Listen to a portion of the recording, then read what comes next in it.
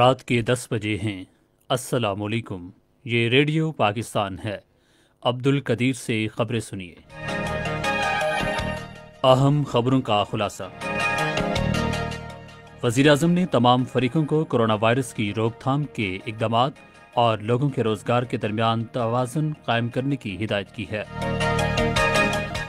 وزیر خارجہ نے کرونا وائرس کے مہلک چیلنج سے نمٹنے کے لیے عالمی سطح پر مشترکہ کوششوں پر زور دیا ہے۔ وزیر اطلاعات نے کہا ہے کہ اپوزیشن کا پاکستان اور اداروں کے خلاف بیانیہ کسی صورت قابل قبول نہیں ہے۔ اور بلوچستان کے مان ذائقائی سیکٹر میں پاک افغان سرحد کے ساتھ سیکیورٹی فورسز کی چوکی پر سرحد پار سے دہشت گردوں کی فائرنگ میں فرنٹیئر کور کا ایک اہلکار نائک فخر عباس شہید ہو گیا۔ اور اب خبریں تفصیل کے ساتھ۔ وزیر اعظم عمران خان نے تمام فریقین کو ہدایت کی ہے کہ وہ کورونا کی وبا پر قابو پانے کے لیے کیے جانے والے اقدامات اور لوگوں کے روزگار کے درمیان توازن پیدا کریں۔ انہوں نے آج اسلام آباد میں کورونا وائرس کے بارے میں قومی رابطہ کمیٹی کے ایک اجلاس کی صدارت کرتے ہوئے کورونا وائرس کے کیسز میں اضافے کو روکنے کے لیے ہسپتالوں میں صحت کی سہولیات، خاص کر انتہائی نگہداشت والے آلات میں بہتری لانے کی ہدایت کی۔ عمران خان نے national command and operation centre کو ہدایت کی کہ وہ تمام فریقین کے ساتھ مشاورت کے بعد مستقبل کی حکمت عملی مرتب کرے اور ضروری ہدایات جاری کرے۔ این سی او سی نے وزیراعظم عمران خان کو کرونا وائرس کی موجودہ صورتحال، مرض کے پھیلاؤ اور بڑھتی ہوئی شرح کے بارے میں بریفنگ دی۔ وزیر اعظم عمران خان نے کم نرخوں پر صنعتوں کو بجلی کی فراہمی کے لیے ایک جامع پیکج کا اعلان کر دیا ہے۔ آج اسلام آباد میں پیکج کا اعلان کرتے ہوئے انہوں نے کہا کہ چھوٹی اور درمیانے درجے کی صنعتیں رواں ماہ کی پہلی تاریخ سے اگلے سال 30 جون تک 50% کی کم شرح پر اضافی بجلی حاصل کریں گی۔ انہوں نے کہا کہ یہ فیصلہ بھی کیا گیا ہے کہ تمام صنعتوں کو اگلے 3 سالوں کے لیے 25% رعایتی شرح سے اضافی بجلی فراہم کی جائے گی۔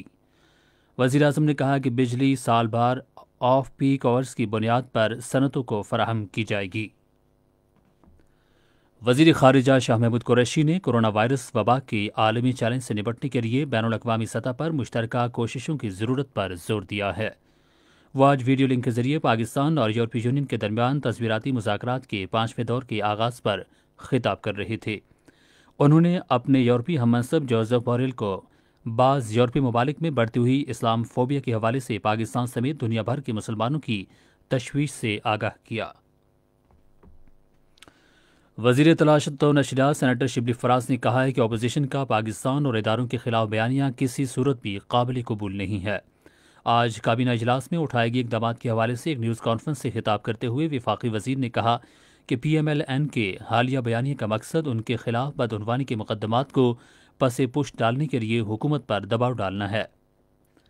انہوں نے کہا کہ پی ایم ایل این کے منفی پروپیگنڈے کو پاکستان کے کسی شعبہ زندگی سے تعلق رکھنے والوں نے قبول نہیں کیا۔ بری فوج کے سربراہ جنرل قمر جاوید باجوہ نے فرنٹیئر ورکس آرگنائزیشن کی کارکردگی پر اظہار اطمینان کرتے ہوئے قومی اہمیت کے منصوبوں کی بروقت تکمیل یقینی بنانے کی ہدایت کی ہے۔ انہوں نے ان خیالات کا اظہار آج راولپنڈی میں فرنٹیئر ورکس آرگنائزیشن کے ہیڈ کوارٹرز کے دورے کے موقع پر کیا۔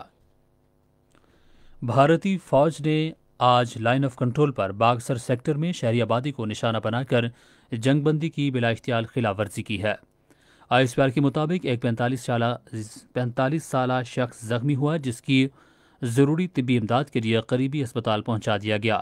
پاک فوج نے بلا اختیار فائرنگ اور بھارتی گولہ باری کا مؤثر جواب دیا اور اس بھارتی چوکی کو بھی نشانہ بنایا جس سے گولہ باری کی گئی۔ بلوچستان کے مان ذائقائی سیکٹر میں پاک افغان سرحد پار سے سیکیورٹی فورسز کی چوکی پر دہشت گردوں کی فائرنگ سے فرنٹیئر کور کا اہلکار نائک فخر عباس شہید ہو گیا۔ فائرنگ میں 2 جوان زخمی بھی ہوئے۔ اور بھارت کے ایک سینئر سفارتکار کو آج دفتر خارجہ طلب کر کے کنٹرول لائن پر بھارت کی جانب سے جنگ بندی کی حالیہ خلاف ورزیوں پر شدید احتجاج کیا گیا، جس میں ایک بے گناہ شہری شدید زخمی ہو گیا۔ دفتر خارجہ کے ترجمان زاہد حفیظ چودھری نے قابض بھارتی فورسز کی جانب سے معصوم شہریوں کو نشانہ بنانے کی افسوسناک کارروائی کی مذمت کرتے ہوئے کہا کہ اس طرح کی احمقانہ کارروائیاں 2003 کے جنگ بندی معاہدے کی کھلی خلاف ورزی اور تمام مسلمہ انسانی اصولوں اور پیشہ ورانہ فوجی طرز عمل کے منافی ہیں۔ اسی کے ساتھ خبریں ختم ہوئیں۔